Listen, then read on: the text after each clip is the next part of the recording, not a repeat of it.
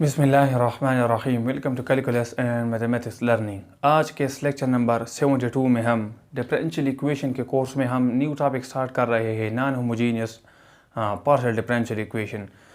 पिछले लेक्चर्स में हमने क्या सीखा था? हमने होमोजीनियस पार्शियल डिफरेंशियल इक्वेशन को सीखा था। होमोजीनियस का मतलब ये होता था कि हमारे पास थ्रू आउट डेरिवेटिव का पावर क्या होता था? कांस्टेंट होता था, सेम होता था through out the differential equation.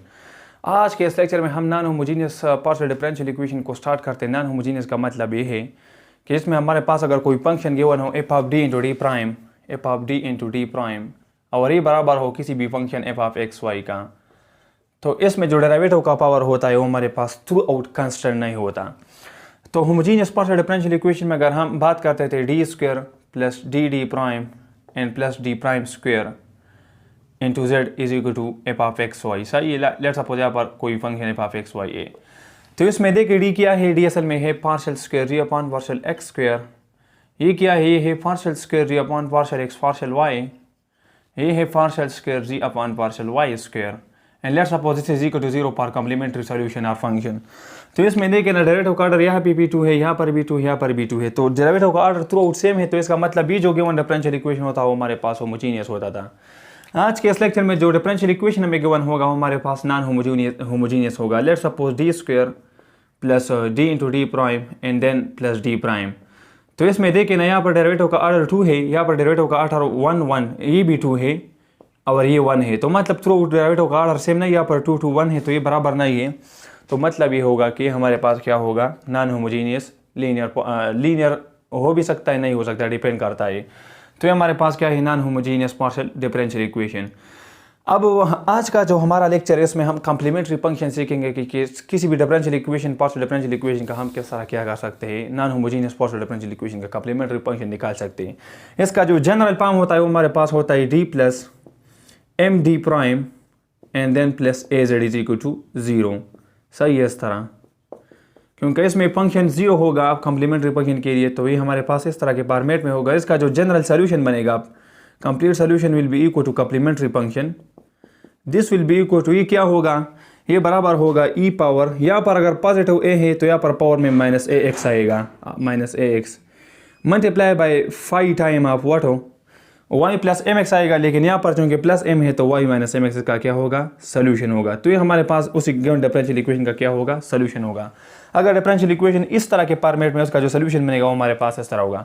अगर यहाँ पर लेट्स सपोज माइनस एम है तो यहाँ पर प्लस एम होगा, अगर प्लस एम है तो माइनस एम, अगर यहाँ पर प्लस ए है तो पावर में माइनस ए, अगर माइनस ए है तो पावर में पॉजिटिव, मतलब ये उल्टा प्रोसेस होगा। अब इस पर हम क्या करते हैं? 4-5 एग्जाम्पल सीखते हैं। अब ये एक एग्जाम्पल गिवन है कि D plus D prime minus 2 multiply by D plus 4 D prime minus 3 multiply by Z is equal to 0। इसका आप क्या करें? सोल्यूशन निकालें। सोल्यूशन निकालने के लिए मैंने कॉन्सेप्ट क्या बताया था कि the required solution to this equation will be complementary function, क्योंकि यहाँ पर फंक्शन 0 है तो होमोजीनियस सोल्यूशन ही बनेगा। तो complementary function will be equal to Z and this will be equal to what? इसके लिए सोल्यूशन क्या बनेगा? आपको पता है यहाँ पर -2 है ए की जगह, तो e पावर 2x बनेगा, मतलब उल्टा बनेगा। अगर -2 है तो पावर में +2 आएगा।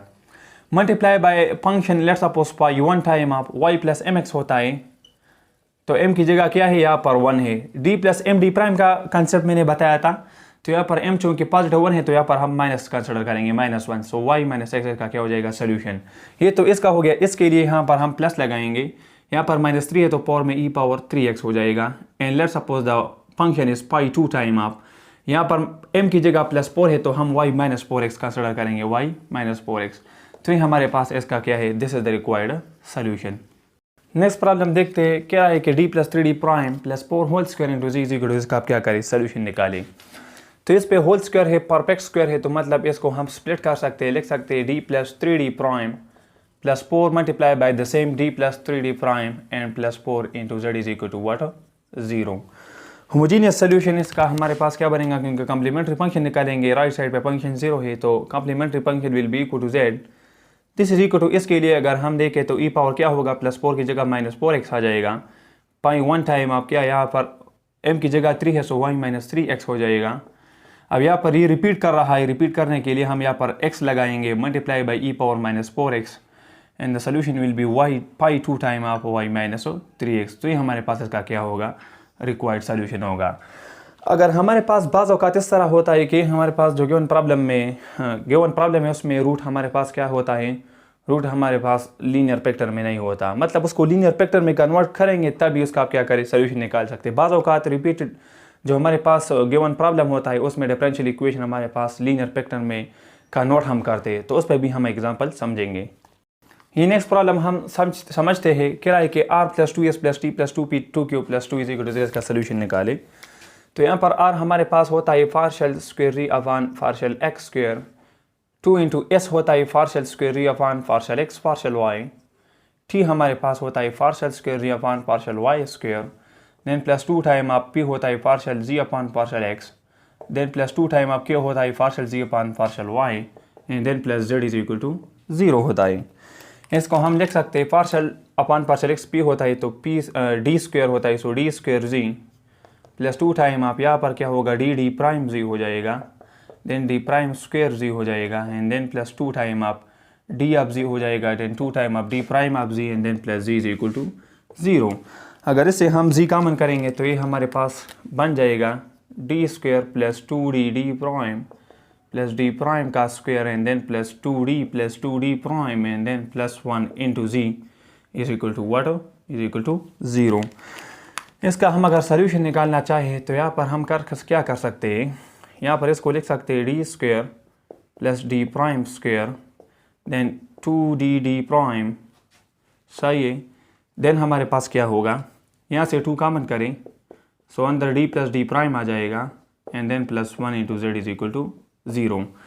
अब यहाँ पर हमारे पास कौन सा फार्मूला लगेगा, यहाँ पर e2 × a है, तो एक ही जगह अगर हम इस तरह करें यहाँ पर कि d plus d prime square अगर उसका होल स्क्वायर करें तो इससे क्या आएगा d square d prime square and 2d × d prime आएगा, सही है। तो 2 × d plus d prime into 1 लिख सकते हैं, देन प्लस 1 स्क्वायर × z = 0 लिख सकते हैं।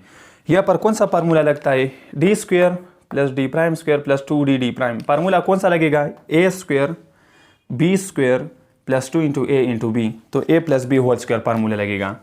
तो a d plus d prime है एंड b की जगह 1, सो a प्लस b का होल स्क्वायर × z = 0।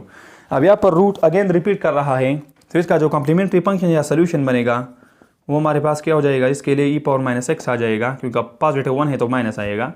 1 टाइम आप यहाँ पर 1 है तो y-x हो जाएगा, रूट रिपीट कर रहा है तो x आ जाएगा, इन e पावर क्या होगा -x, एंड पाई 2 टाइम आप y-x हो जाएगा। तो इसका क्या है, this is the required solution. Next problem देखते हैं कि कह रहा है कि d - d prime × d plus d prime -3 × z = 0।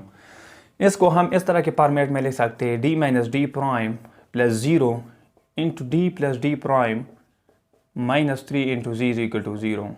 इसका जो कम्प्लीमेंट्री फंक्शन और सोल्यूशन बनेगा z विल बनेगा हमारे पास e पावर क्या है ax, a0 है तो e power 0x into pi 1 time आप y, m की जगह -1 है तो y प्लस x होगा, क्योंकि मैंने बताया अपोजिट आएगा, तो y प्लस x हो गया।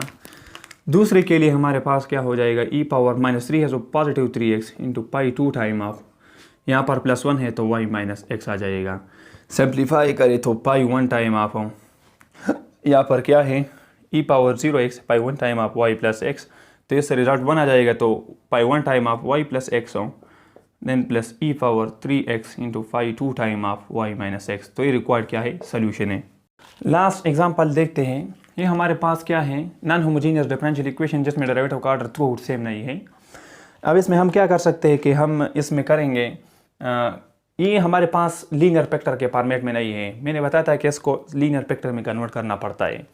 लीनियर फैक्टर के फॉर्मेट में नहीं है, D A plus D prime का मतलब फर्स्ट ऑर्डर डेरिवेटिव के फॉर्मेट में नहीं है, तो हम क्या कर सकते हैं, हम अगर इन दोनों को कंबाइन लेके तो ये हो जाएगा डी स्क्वायर -1, और इन दोनों को कंबाइन लेके तो D prime and then plus D prime into Z is equal to what 0। यहाँ पर A square minus B square formula लगा रहे तो A plus B into A minus B, यहाँ से डी प्राइम कॉमन करे तो अंदर क्या आ जाएगा, डी प्लस 1 आ जाएगा into Z is equal to what 0। D plus 1 common करे तो अंदर क्या आ जाएगा, अंदर डी माइनस 1 आ जाएगा, डी प्लस 1 चूँकि कॉमन किया तो प्लस डी प्राइम आ जाएगा into Z is equal to 0। अब ये लीनियर फैक्टर में कन्वर्ट हो गया, इसका सोल्यूशन निकालना आसान है। क्या होगा solution, Z is equal to, यहाँ से हमारे पास डी प्राइम नहीं है तो मतलब एम नहीं है, तो ई पावर क्या होता है, ए होता है, ए हमारे पास +1 है, सही है, ई ए कांस्टेंट है ना, तो ई पावर माइनस एक्स आ जाएगा पाई 1 टाइम ऑफ वाई। अब यहाँ पर चूंकि m नहीं है तो एम एक्स वाला टर्म नहीं आएगा, तो जस्ट ये आ जाएगा। इसके लिए क्या हो जाएगा, ई पावर यहाँ पर -1 है तो पॉजिटिव एक्स आ जाएगा pi 2 time of Y minus Y M X होता है, तो m यहाँ पर 1 है तो y माइनस एक्स हो जाएगा। सही है, तो ई पावर माइनस एक्स। इसके लिए फाई 1 टाइम ऑफ हमारे पास y plus M X m नहीं है। सही है, क्योंकि इसमें डी प्राइम नहीं है, तो डी प्राइम का कोई पेशेंट m होता है तो नहीं है, तो एम एक्स 0 हो जाएगा। इसके लिए हमारे पास क्या है, -1 है तो e power x pi 2 time of y क्या होता है, m यहाँ पर 1 है तो y माइनस एक्स। तो ये हमारे पास रिक्वायर्ड सोल्यूशन है। तो ये हमारे पास कॉन्सेप्ट है कि find how to find the complementary function of linear non homogeneous partial differential equation.